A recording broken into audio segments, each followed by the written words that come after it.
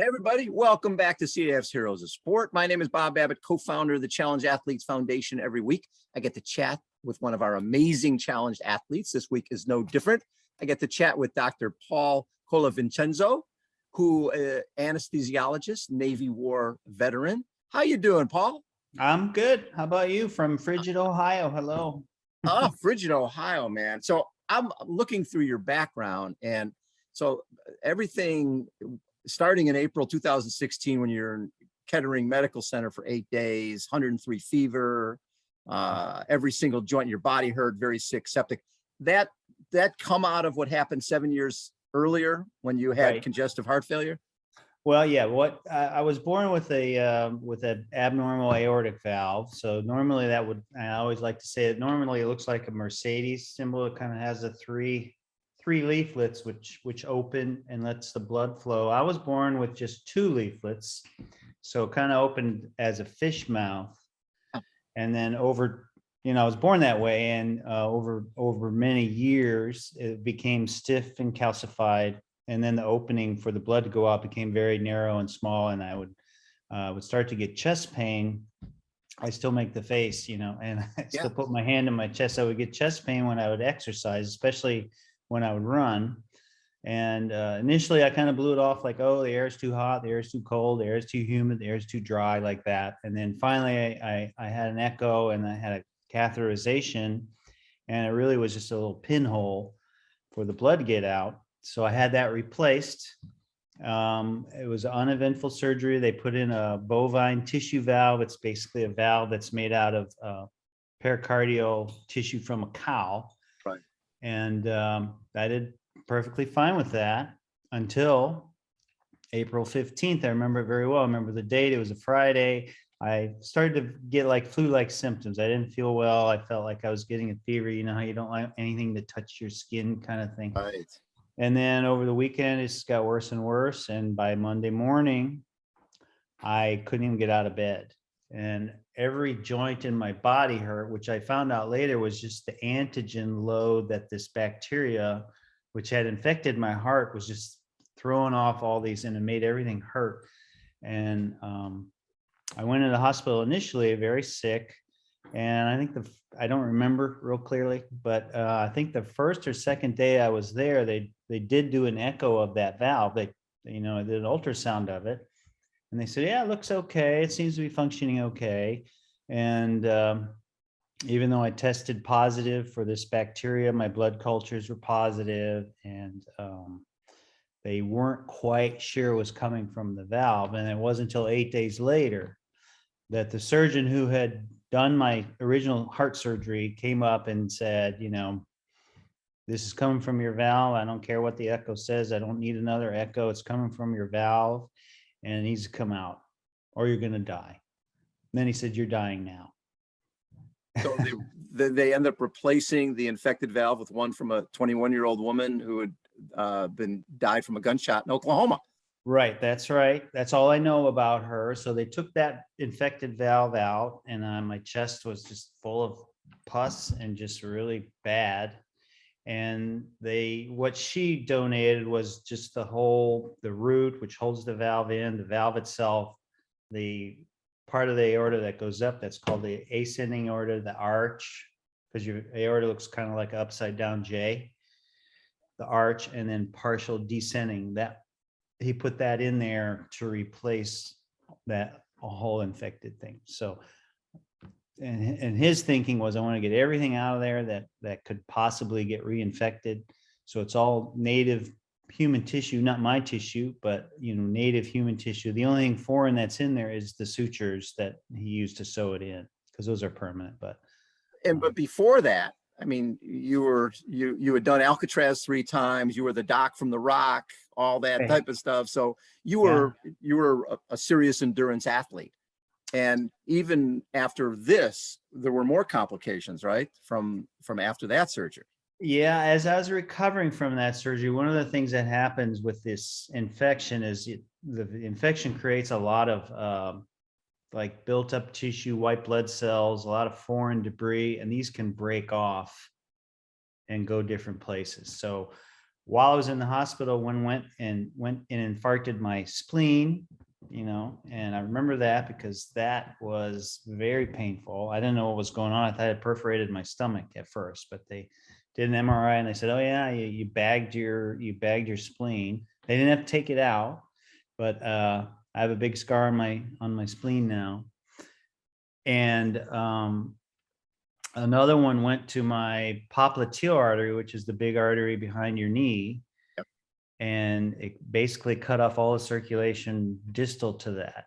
So I had several different operations to try to get rid of that. And at some point, the same bacteria that infected my heart valve went into my knee joint, my right knee joint. And those are very difficult to treat.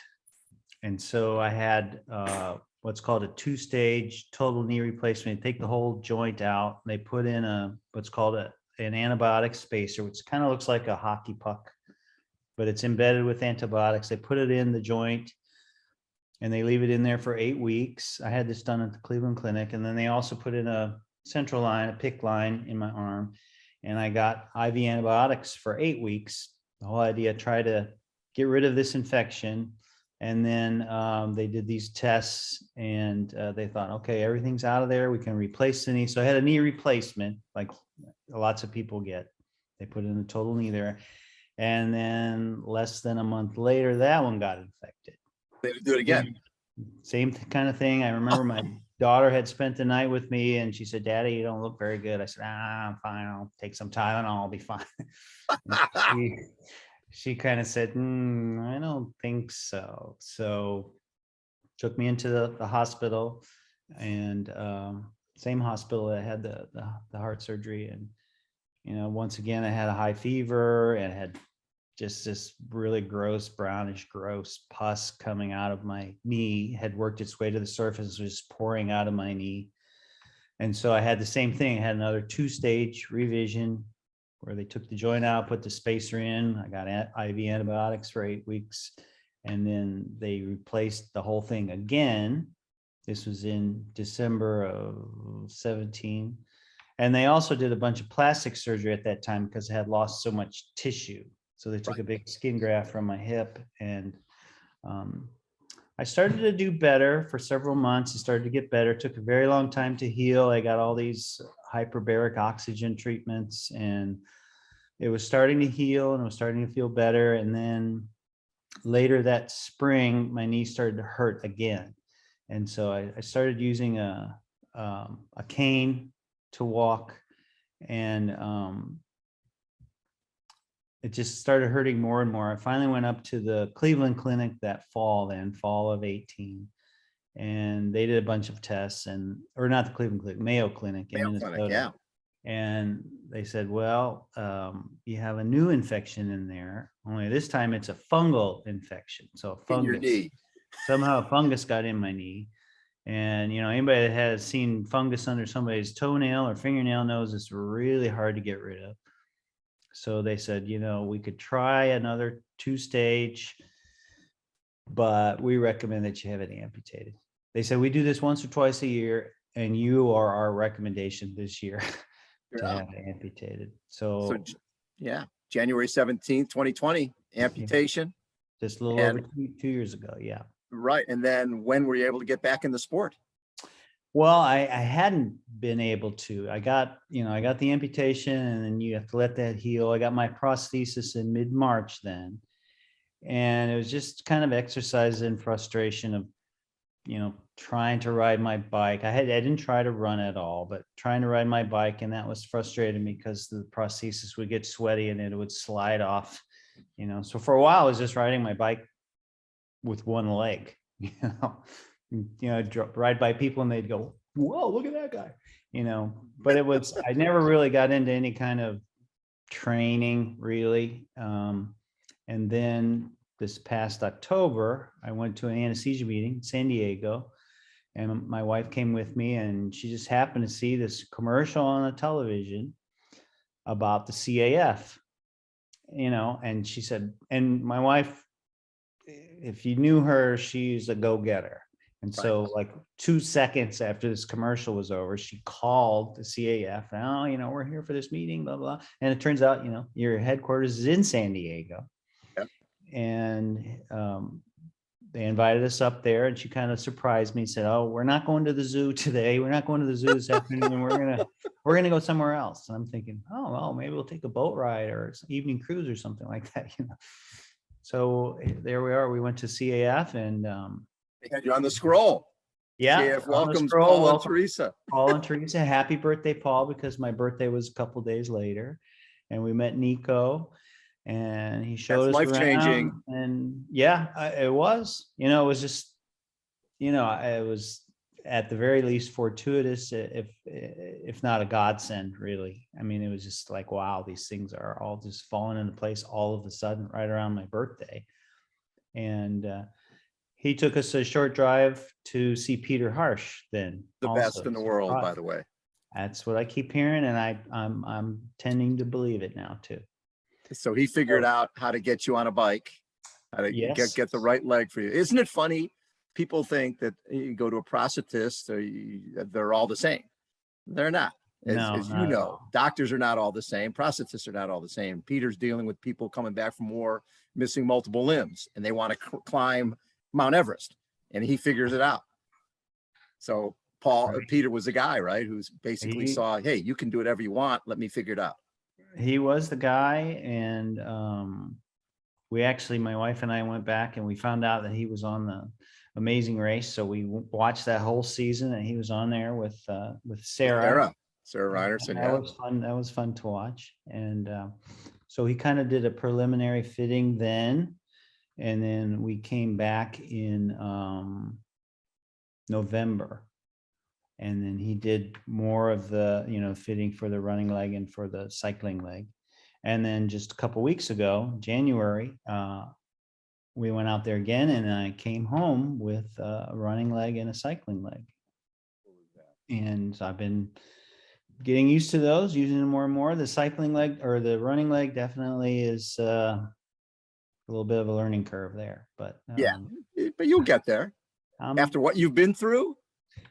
Well, what was the lowest moment for you? Because there was moments where your family was being told, we're not quite sure if Paul's going to make it.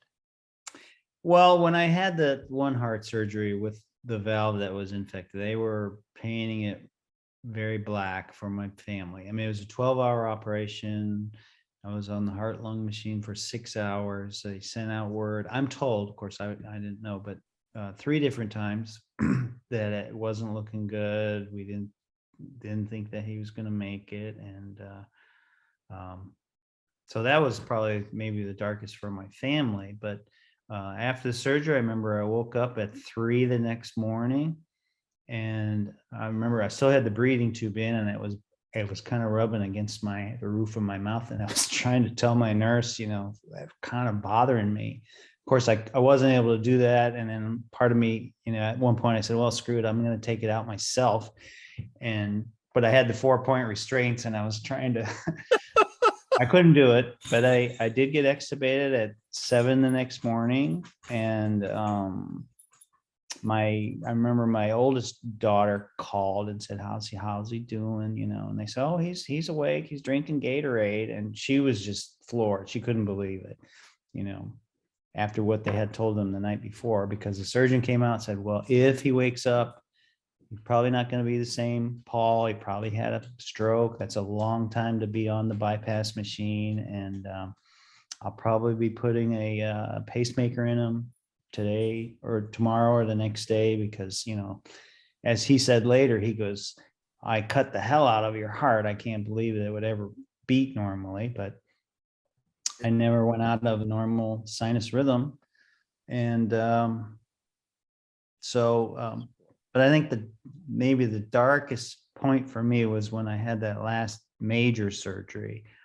Because every time I had this surgery, I was thinking, okay, I have this surgery, I'll be riding my bike by, such and such a time. When I had the first surgery in July, I'm thinking, oh, I'll be riding my bike in September.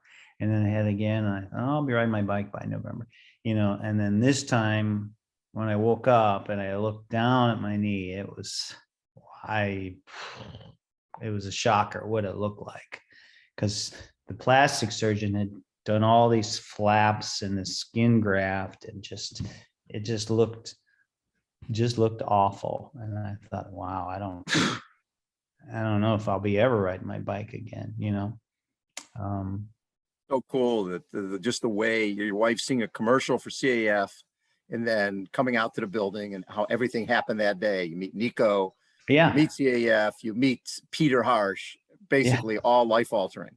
Yeah. I mean, part of me was like outside of myself thinking, I can't even believe this is happening. It was, I've been searching for, I got okay prosthetic care. I got it through originally at this private company in Minnesota, and had a lot of trouble with them even getting my prosthesis. So I went to the VA, because I'm a veteran, really just for advice. What do you think I should do? And they were, they were very accommodating. They said, oh, you can get your care here. You're a veteran, you qualify. And so they were able to get me a, pretty decent, day-to-day prosthetic. Walking leg. Yeah. Yeah. But, beyond that, I was very frustrated. I didn't really know what to do, how to go about the next step of getting active again, doing the things that, I used to like to do, used to love to do, that I got a lot of joy from.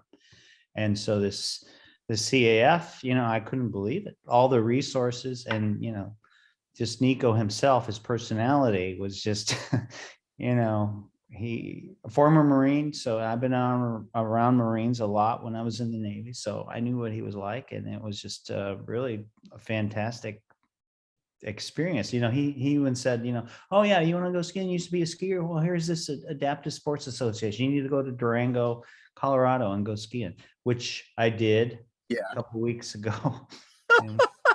And then you're going to be doing 70.3 Oceanside. You're going to do the swim. Yeah, I'm looking forward to that. Now I won't be doing it fast, I can tell you that. And I've been swimming quite a bit. I kind of like to make the joke. I said, well, yeah, I've been swimming. At first I was just swimming in a lot of circles. That's a joke, because I have the one leg. Yeah. But that's been coming along pretty well, I think, actually. I look forward to seeing you here in April for our CAF is an Operation Rebound, official charity for the Ironman 70.3 Oceanside. It's going to be great. I'm looking forward to it myself very much. Paul, thank you so much for taking time and being part of our CAF family. We'll love having you part of the family, and it's going to be great to see you in Oceanside. I look forward to it, and it's been a pleasure. And I can't thank CAF enough. And, it's really been, like I said, a godsend. Love it. Dr. Paul Colavincenzo has been our guest again, CAF's Heroes of Sport. My name is Bob Babbitt. Thanks so much for tuning in. We'll catch you next time.